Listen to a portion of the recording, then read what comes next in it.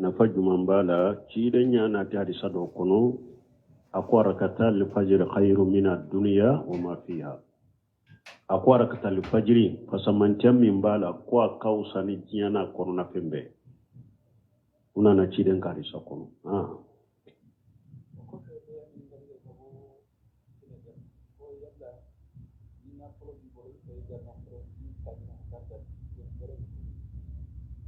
ko dobe Senegali kwa koni nafolo bi bolifa yika nafolo du ya datugo be chogodi amba fo ala kan kisi ale nyogonama mogo mo be ni la halala ala kan kisi nini nunu na nyogona la silamo ka kafola mogo min beti fa datugo kwa yika nafolo du yala ni mogo were tare e fa datugo konka juru bale be soko sarawa danga denya yerete nimbojiyan kono atigi ka tubi kata alama aka sagi kata alama ciren ko antan wa maluka li abika ako dendo ma ako eni kan na furo be yi fatai dole na na cire ma konne ba fa ba ke kin kan na furo be minana ciren ko anta wa maluka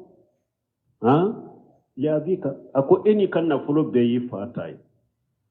harisa jora ciren ko inna atyaba ma akaltum min kasbikum wa inna min awladakum min kasbikum ciren ko hada made kankan na fulo min du na fulo min ya halalai o yi yere ka bolo la barade e wa ka dawnya ka bolo la barawde ate bedde doni ke bawo ko adabu yere kono hari ni de faye na folo ti bolo ni jurude ko ate daga ka kani ki fa kani ka jurula doni ke ko adabu kono ate daga ko te ikanna eni kanna folo be ya tai ate be faye de aka den kan na folo minala de kata di mo worema ube kanin den kan na folo minala kata di den worema dole ke ko de tebbe faay parce que matile ni yorola kana kan na fulu min ala kata di den worema wala matile o tebbe ye ubi kan na fulu do min ala ayre ka tora be minna ayre ka tora be na fulu min ka haju gelenta la tora be na fulu minna ka kan na fulu be min ala le yere balote sura bolo demba min ba bolo balote sura bolo demu mana min tora baka doni ke ba ko fa ki yere ko sinin fana mo fana te daga ye me ni ote I haju be hakem min nay den kan na folola ate tora la se den ma adagarai ka minala fo itala adagarai ka minala fo itala bo dem min yen ninke nimbe de dangade ya kono nimbe be fa kutale kono tora be nimbwa o bir walideni ihsana min tari ifa se fanga mo ka datugo eye jumande taka segere ube ye nyumande kai eye ko jugude taka segere donc nin tebbe ndella ka men madina ka karamo badoma abe kuma bange baga batoka akom madina kama lendo tumbe afaye fantai kama la inshera furuma awa fa konde akoy shera furuma me sete nede sete e fanaye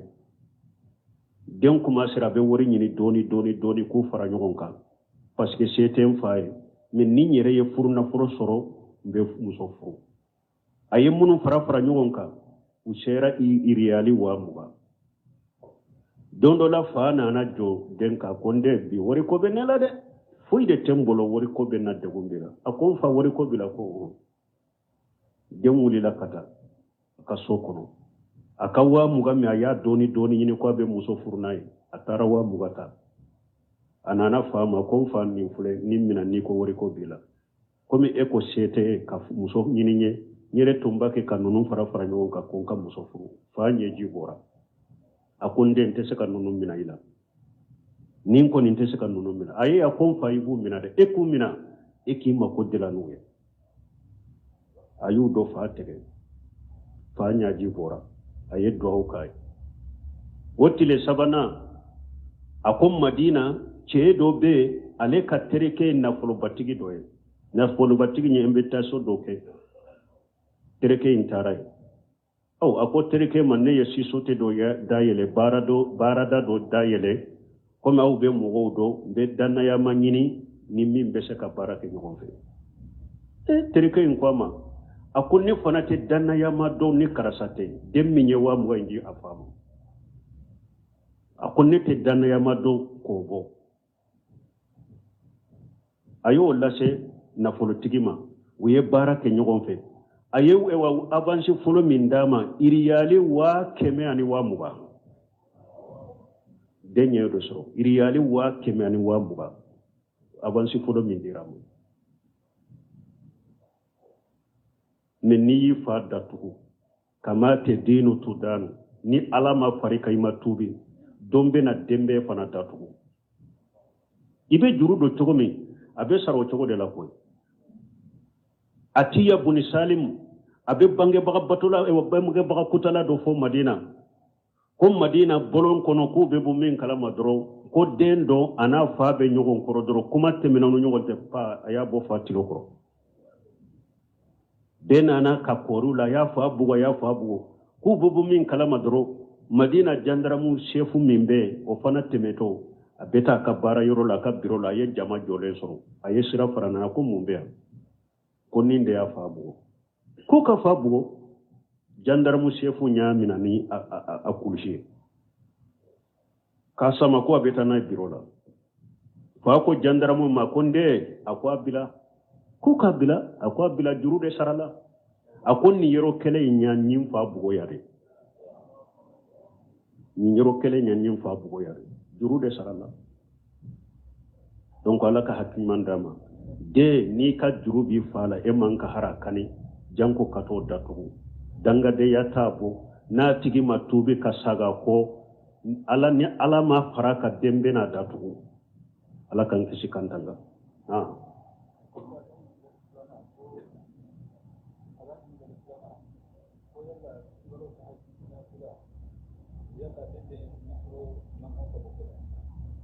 bo ko akanyi nin kale furana ko sungalo na fila tahajjuru akaka mikro ka bowa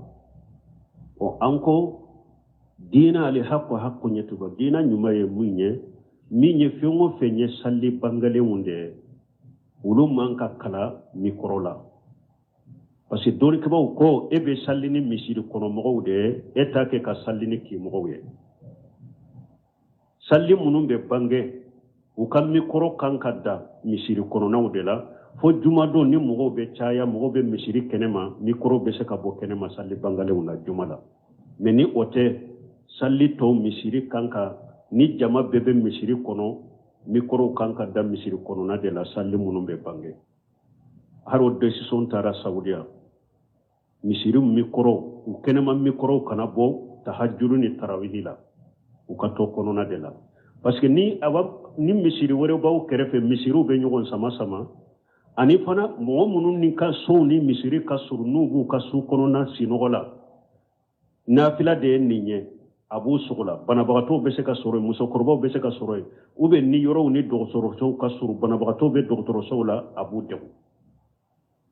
degu ewa epi ni alama fara ewa alimamu yere ka manyi ni alimamu yere ni dusukun kala sinte mo minna parce que nous do fana bay minna nous ba don kan be bo kimbe ba me mogo ba me kuto yoroja o be ke sababu do be farawlo fana ka kan yere likade purun kan ka bo Cheikh Salih Fawzan de la kan ni kan ni nyona akon nimbe do tashi yere do ko dusun kala si yere la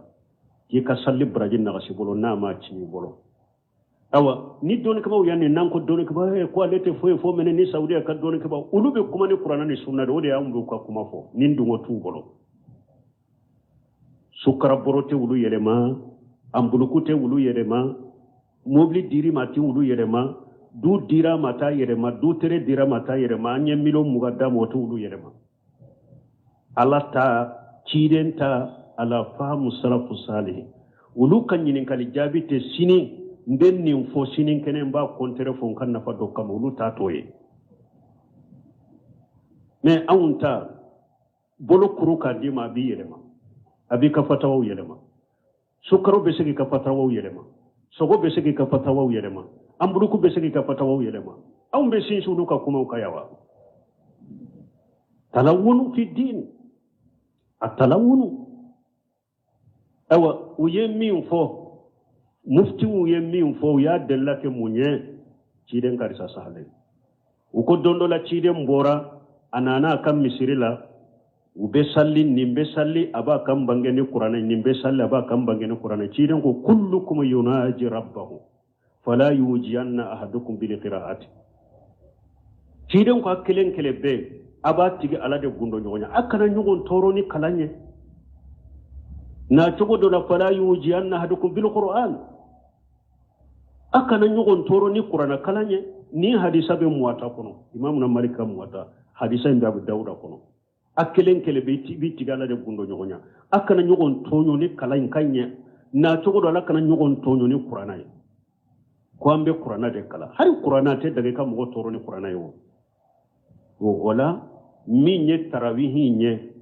mikoro ka bo man ka bo kan ka da misiru kono nawla min ye tahajjudu ye mikoro sunna ye min ye o ka kontaki ke mikoro wala na ba fe kuma min ka bo aka kontaki kala o be bo ni e wa sallu na na tahajjudu tarawihi ewa kala munum be ke kontaki ka digi ulu ka to misiru kono nala ninde tiden ka sunna sallallahu alaihi wasallam dole ke ba ye fatawa ke ninde nyogon tonyo te ninde la mo toro te ninde la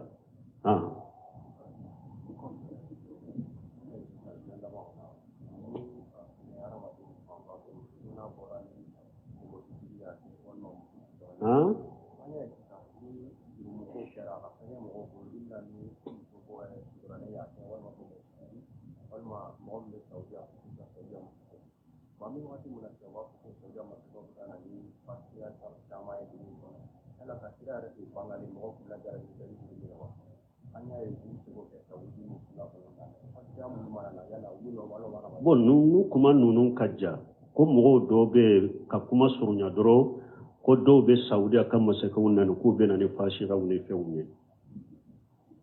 ambe min fo wala hada maden kelenkele ebe yoro mi yere foro ka demba ya yere e ma shegulu yere ma foro e yere ka demba ya muso kele min be bolo ima se ko do dina dafe yere foro dem munum bi bolo ima se ka wulu do dina dafe ibe misiri munun kono ima se ka wulu tile foro e yere ma se ka tile foro ka do dina dafe ito makara foro sani kata kuma saudiya masake ka tauhidi min be saudiya masake bolo hari karamogo ba munun bambolo ko duguturu ni masigeru no tawhiri nyogona bi bolo illa rahima rabbi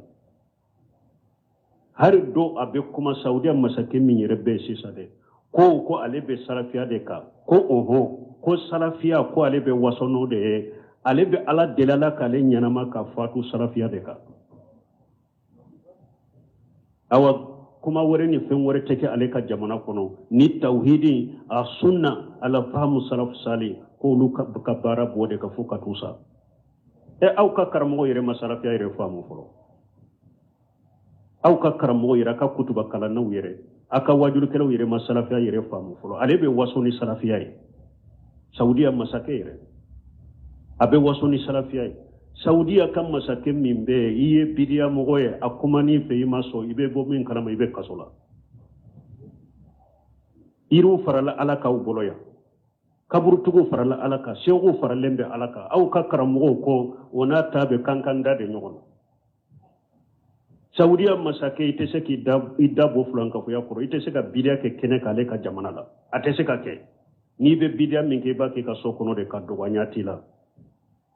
me niya ke kene ka kankari dariye ima me ibe bo min kanama ibe kasola au ka jamana fule e ka muso iba sore be sunna le ka muso be bidia la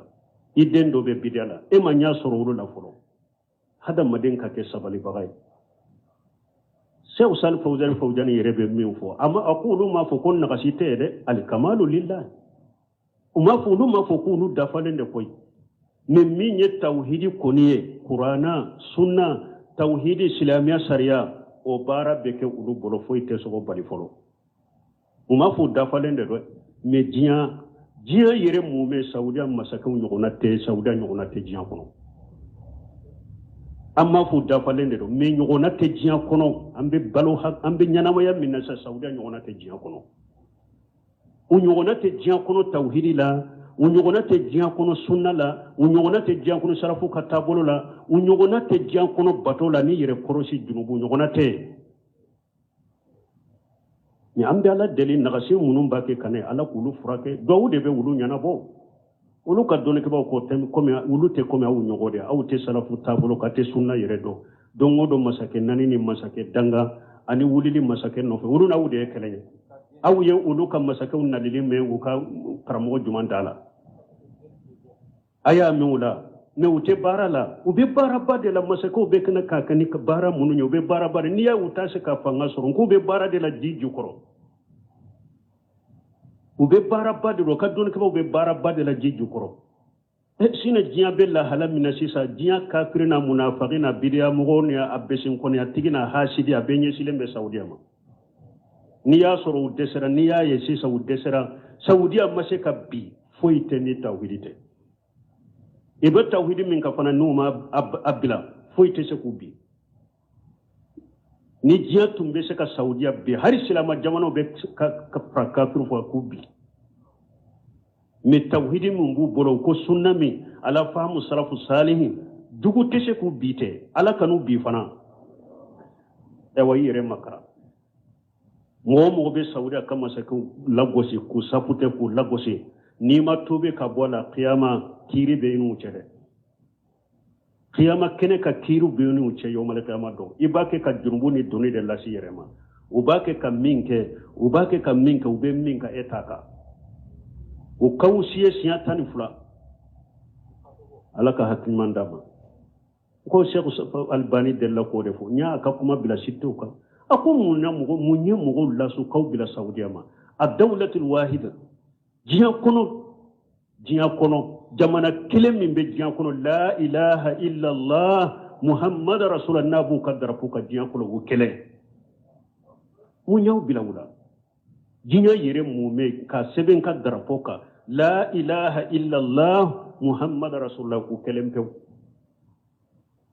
munya mugo bila nono ya be hasidiya mugo site bila saudiya kontrola tauhidi jugu sunna jugu hasidi besen kone munafiqi nono de be bulu kontrola mugo niya ya be saudiya nane abu lagosi nintigla mugo dola kele munafiqi tauhidi jugu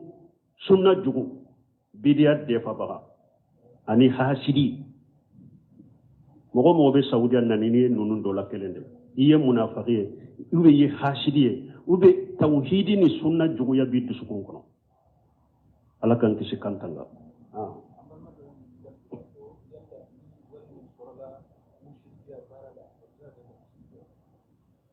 ko yala wori mi sorola mushrike abara la bese kam misri jowa bo doni ke bawo bolo harim wori minya haramu ye ibese ka misiri jonaye silamo be salla kono u ka salli ka kene barajite ede inna allaha tayyib la yaqbalu illa tayyiba alay masa senema de ate femmina ni fen senema te emi nyem misiri joni haramu woriye barajite ede alafe mem misiri adagara silamo ka salla kono foitala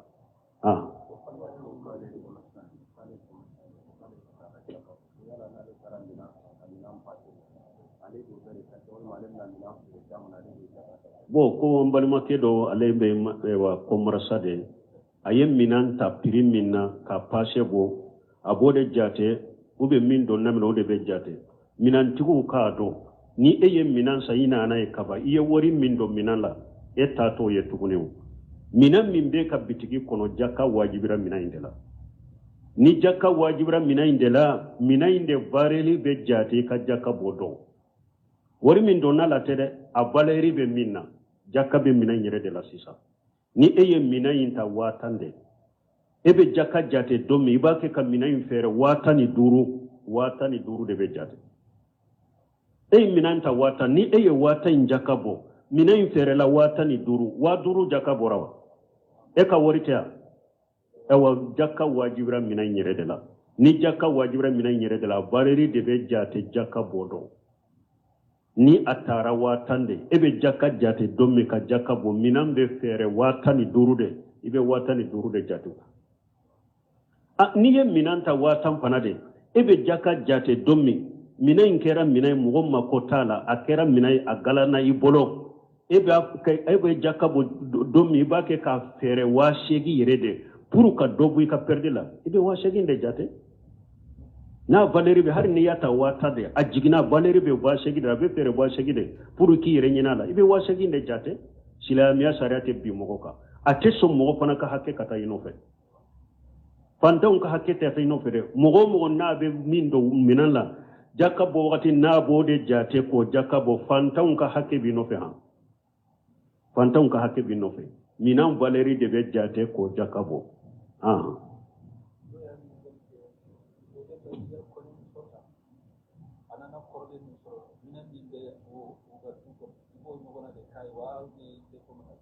bon koni do koni muso furu muso imina mimbe ale ka fa ka so koni bo nyogona de sai koni muso nana ka korole soroi mina mimbe korole ka so kono o de be sa koni muso be seko ay ni ko muso fana nana iseko ye minye ko kaye o de bika ka fo aye min soro ibolo mina bo so kono fo o bede ka do ale fana so kono o CTE fana ala mobilika ale nunu soro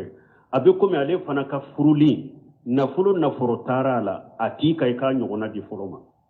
ote bo ale fana ye munu soro folo ka so kono no o CTE atika ko ja ko ka ulusaye ale fana na ale min shebiye o de bika